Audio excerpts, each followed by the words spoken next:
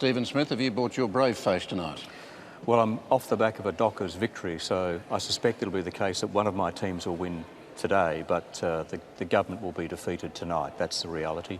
Andrew's taking you through the minority parliament. We started this campaign behind in seats when you allocated the independents and the Green to notional major party columns.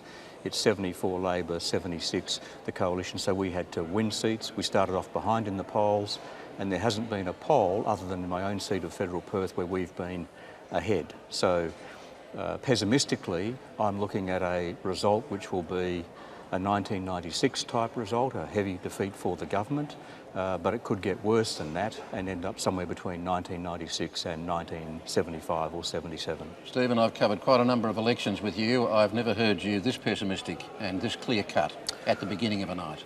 Well, I think all of the evidence is clear-cut.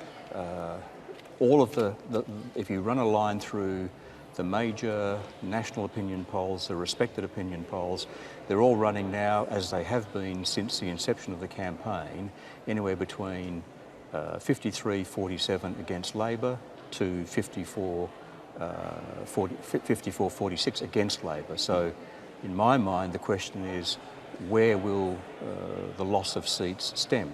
This will, despite our difficult circumstances, will still be a night, I think, where incumbency will help. So there'll be a point in the night where we get to the cusp of seats which are falling and which are being held. Incumbency will help. So, for example, incumbency will help Treasurer Bowen in his area.